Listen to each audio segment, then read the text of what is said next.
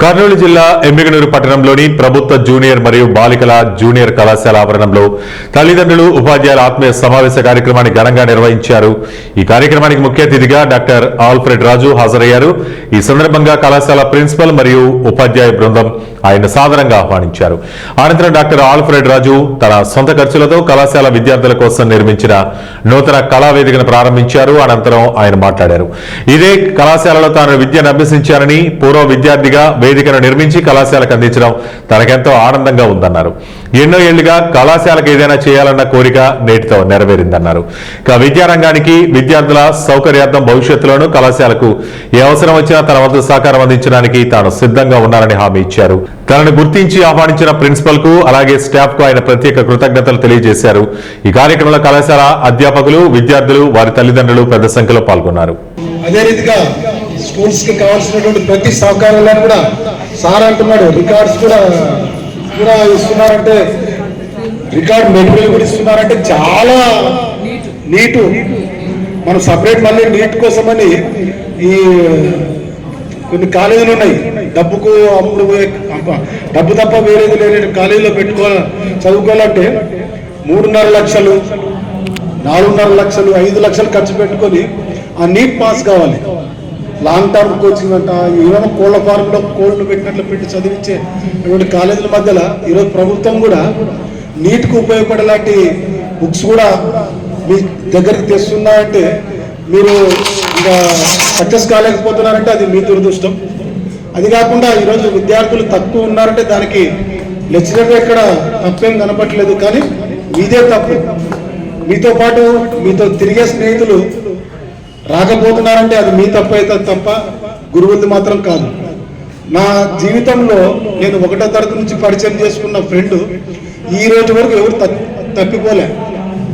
వాడు విదేశాల్లో ఉన్నా ఒకవేళ మరణిస్తే తప్ప ఇప్పటికీ అలాంటి స్నేహంతో ఉన్నాను. ఇప్పటికీ అలాంటి స్నేహంతో జీవిస్తున్నందుకే నాకు ఒక ఉన్నతమైన జీవితం నాకు ఏర్పాటు చేసుకోగలిగాను. ఈ విషయం కూడా ఈరోజు వెతకండి.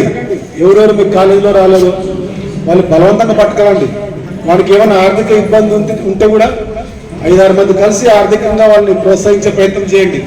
కుటుంబం పరిస్థితులు బాగాలేకుండా కూడా కుటుంబంలో మీరు కూడా ఒక కొడుకులాగా ఆ కష్టాలున్న కుటుంబాల్లో ఆదుకునే ప్రయత్నం చేయండి. నా జీవితంలో ఏనాడు నేను నా పలాని క్యాస్ట్ అనిపించుకోలే, నేను పలాని వర్గం వ్యక్తి కూడా నేను ఏనాడు జీవించలే. పూర్తిగా అన్ని కుటుంబాలతో, అన్ని కులాలతో, అన్ని మతాలతో తిరగడం మూలంగా నాకు చాలా మంచి హ్యాపీ లైఫ్ ఉంది. అలాంటి హ్యాపీ లైఫ్ మీరు ఉండాలని కోరుకుంటున్నాను. విద్యార్థులు కూడా ఫస్ట్ ఇయర్లో వచ్చారు, వాళ్ళు ఇప్పుడు సెకండ్ ఇయర్లో ఉన్నారు, 6 మంది దాకా ఉన్నారు. ప్రభుత్వ బాలుర జూనియర్ కళాశాల అని చెప్పేసి బోర్డేమో తగిలిచ్చారు. కానీ ఫస్ట్ ఇయర్ నుంచి మళ్ళీ అడ్మిషన్ ఎవరు విద్యార్థులు రాలేకపోయారని కూడా సార్ చాలా బాధపడుతున్నారు. యాక్టివ్ చెప్తున్నాడు కానీ ఆ సార్ బాధను నేను అర్థం చేసుకోగలిగాను. అందుకని మీ అందరూ కూడా రిక్వెస్ట్ చేస్తున్నాను. అమ్మలు చాలా మంది టీచర్లు ఉన్నారు ఇక్కడ. అవులేబా మొత్తం టీచర్లు లెక్చరర్స్ అందరూ మగవాళ్ళంటే ఆడపిల్లలు రాకపోయినారంటే ఏమైనా అనుకోవచ్చు, కానీ మంచి టీచర్స్, నాకు బాగా పరిచయం ఉన్న టీచర్స్, మంచి కుటుంబాలను బాగా తీర్చిదిద్దుకున్న తల్లులు, మంచి టీచర్లు ఉండి కూడా విద్యార్థులు ఇక్కడ రాగలేకపోవడం కూడా చాలా బాధాకరం. కొంతమంది బిడ్డలకి బాగా కనెక్ట్ అయినట్టుంది. మేడంలు మంచోళ్ళనందుకు మంచోళ్ళు కదా మేడమ్స్, మేడమ్స్ మంచోళ్ళే కదా. మీరు మొన్న ఇదే కాలేజీలో 2 years బ్యాక్ ఓల్డ్ ఫ్రెండ్స్ కార్యక్రమం పెడితే 42 సంవత్సరాల కిందట ఉన్న మా టీచరు, మా లెక్చరర్ గారు వచ్చి నేను ఆమెను మెట్లెక్కిస్తూ పైన తీసుకొస్తుంటే, ఏరా ఆల్ఫ్రెడ్ బాగున్నావా, నీ గురించి నేను వింటూనే ఉంటాను రా అని చెప్తుంటే, నేను ప్రతి మెట్టు ఎక్కుతుంటే నా జీవితం మొత్తం నాకు కనపడింది. అలాంటి భావోద్వేగాలతో నేను ఆ రోజు సంతోషపడ్డా. ఈరోజు మిత్రుడు గణేష్ చెప్తూ మా కాలేజ్ స్టాఫ్తో పాటు జాన్ మియా సార్ అన్నాడు కానీ ఆయన టీచర్ కాదని, లెక్చరర్ కాదు. ఆయన పేరు కూడా జాన్ మియా కాదు, కాదర్ మోదీన్ సార్.